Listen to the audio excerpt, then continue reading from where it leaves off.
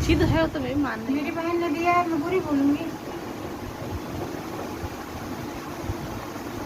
आप लोग को भी इतनी टेंशन रहती है घर गृहस्थी में?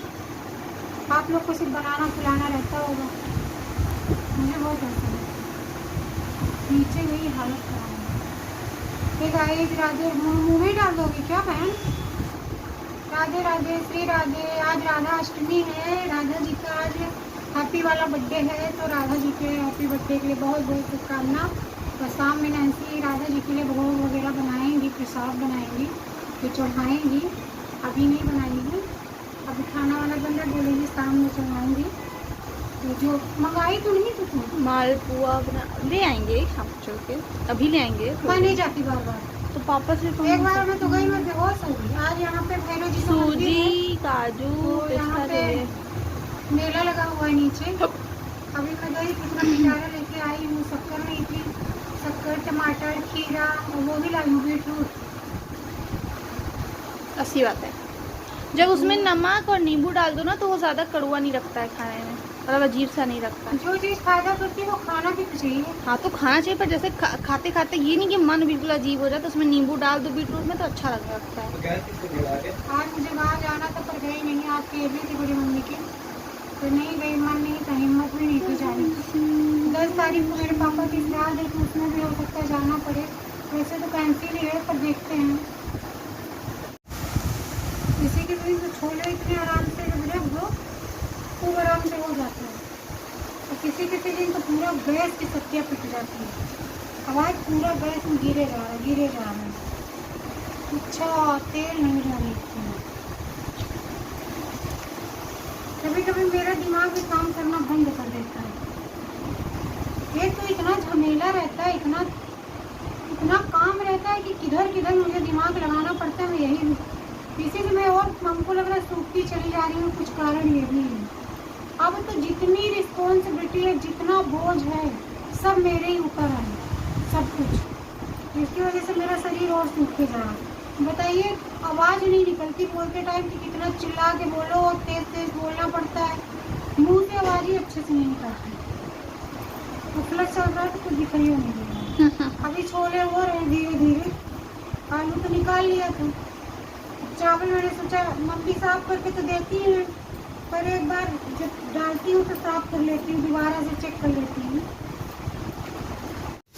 गैस की इतनी बुरी हालत हुई, रोज़ मैं ऑयल डाल देती थी, जैसे दाल भी मैं डालती हूँ, जब रखती हूँ तो तेल डाल देती हूँ, और या तो राजमा जब बनाऊँगी तब ऐसी हालत होगी, या तो ये मटर वाले छोले। अब ये लास्ट ही है, इसके बाद जल्दी बनाऊँगी नहीं, क्योंकि इतना साफ से सब साफ करो सुबह में, और जैसे ही खाना बनाने लगो सब छिया इधर गई। टमाटर इतनी जल्दी लेके आई, 20 रुपए का 4 टमाटर दिए हैं, उसमें भी एक टमाटर, ये दोनों टमाटर खराब हैं, मतलब सड़े हैं, ये दो थोड़े सही हैं। ये नैन्सी का बीटरूट खीरा, इधर आलू धनिया वनिया धो दी हूँ अच्छे से, और आलू छील दी हूँ। तो इसको इतना ज़्यादा मैंने उबाला था इसलिए कि वो करने के लिए क्या बोलते हैं, मैं सोचा आप पूड़ी में थोड़ा डाल दूँगी कद्दूकस करके, पर लगता है सादा ही बना दूँ। बहुत गर्मी हो रही तो हिम्मत नहीं हो रही है, मन नहीं हो रहा। सुबह से रात तक मैं खाना ही बनाती रहती हूँ, और मैं क्या ही रोऊँ आप लोगों से।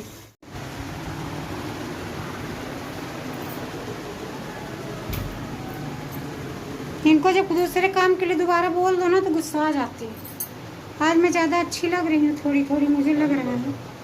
बिंदी ब्लू लगाई हूँ, और साड़ी भी ब्लाउज सब अलग अलग ही मैं पहनती हूँ, कंट्रास्ट मेरा सब अलग रहता है। मैं कोई चीज़ की आज तक रिकॉर्ड रहा है, बहुत कम ऐसा होता है कि मैं मैचिंग की चीज़ें पहनती हूँ, क्योंकि साड़ी जैसी मैं लूँ या आई, बहुत सालों से तो सही बताऊँ मैंने खुद से साड़ी ख़रीदा ही नहीं है, और जैसे मुझे मिलती है साड़ी, मैं अपने घर जाती हूँ, मेरी सिस्टर वगैरह कहीं से भी मिली। ब्लाउज़ बहुत बाद में सिला जाएगा, या मैं सोचूंगी ब्लाउज़ सिलाने के लिए, इसलिए नहीं कि मैं सिला नहीं सकती, अफोर्ड नहीं कर सकती, ऐसा नहीं है। भगवान राधा रानी की कृपा से जो है सब ठीक है, पर मैं सिलाती नहीं हूँ। इतने ब्लाउज जितने भी गंदे मतलब उसके कपड़े होते हैं, हिम्मत नहीं होती सिलाने की। और जितने ब्लाउज सिलाए हैं, एक भी ऐसे ब्लाउज नहीं है कि मैं उनको पहन लूँ। सिलाए हैं बहुत सारे, देख देख के एक ब्लाउज फैशन चला हुआ था, पूरा हार्ड बना हुआ, यहाँ से लेके पूरा यहाँ तक, यहाँ टुंडी तक हार्ड बनवा के सिलाई 500 रुपये सिलाई दिया। लेकिन उसको एक आध बार पहना होगा तो पहना होगा, फिर नहीं पहना, तो इसलिए हिम्मत नहीं पड़ती भाई। आजकल इतनी मतलब गर्मी तो है ही, ठंडी में भी हिम्मत नहीं पड़ती कि ऐसा ब्लाउज पहनो, क्योंकि कटकटाने लगता है, आदत छूट चुकी है। ये कॉटन वगैरह पहन लो, ये सही रहता है। तो चलो अब ये बनाओ, टाइम हो रहा है। छोले बन गए इधर, आलू भी कट करके डाली हूँ, और इधर सैलेड है, इधर चावल, इसमें रखूँगी पूड़ी, इधर कढ़ाई चढ़ा दिया, बनाऊँगी पूड़ी। 2 बज चुका है, साल भर हो जाएगा पहनते पहनते। पतली हो गई काफ़ी, अब आप डाइटिंग ना करो। अभी कहाँ हो गई हुई, ज़्यादा पतली होने की कोशिश ना करो। फैट जब पूरा खत्म हो जाएगा उसके बाद छोड़ दूंगी। गाइस लोग नैन्सी मेरी बात को नहीं मान रही है, मजाक में ले रही है मुझे। ये देखो मेरा चेहरा यहाँ से फूला हुआ है, इतना अलग से अजीब सा लगता है। अरे जो लाइन बना दोगी मेरे, जो लाइन मुझे नहीं चाहिए, ये जो अजीब सा लगता है ना, सिर्फ दरार जैसा, ये नहीं चाहिए मुझे। मेरे देखो, अच्छे, बहुत सुंदर हो। सुंदर की बात नहीं हो रही है। मेरा तो वेट अपने आप कम होता चला है। तो आप खाती कहाँ हो? आप वैसे भी उसमें ही रहते हो, क्या बोलते हो उसको? इसलिए नहीं, कैलोरी डेफिशिएंट में। ओहो, कपड़े सुबह से डाली हूँ, हवा भी चल रही है, गर्मी भी हो रही है, पूरी बना लूँ। उसके बाद खाली सर्व करूँ, दिखाऊँ आप लोगों को। सर बहुत कुछ तो नहीं बनाया है, पर ठीक है जो भी बनाया है।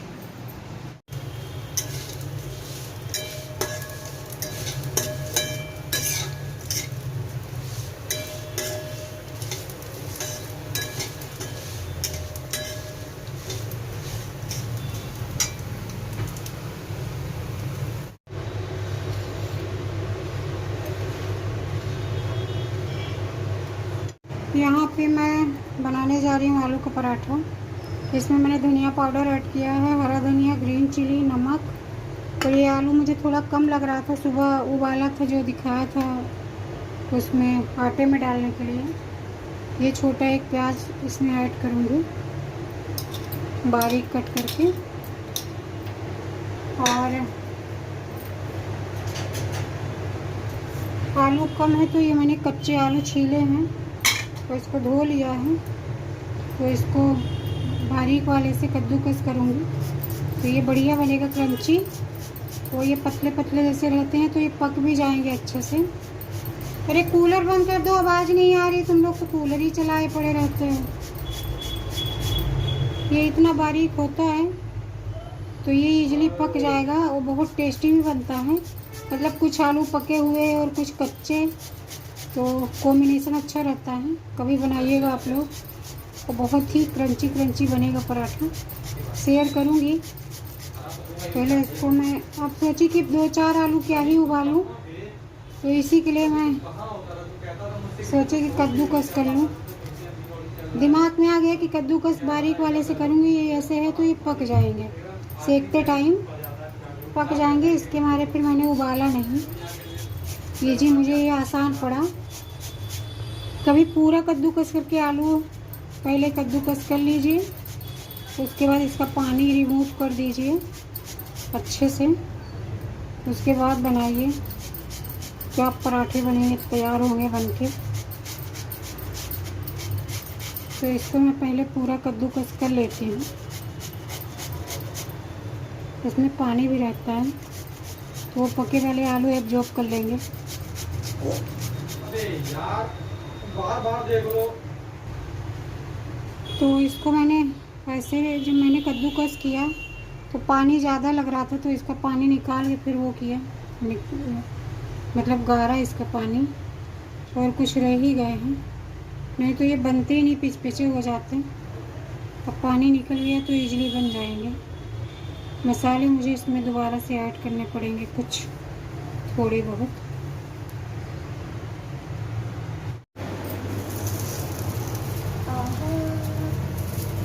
हाँ, इसको मैं आलू को कद्दूकस करे कि कच्चा आलू, मैंने सोचा भैया बन जाएगा। फिर मैं बनाने लगी तो सारे कच्चा आलू करे थे उस वाले में, तभी तो पानी निकल रहा था। हाँ, वो पानी इसमें पानी गा रही थी आलू का।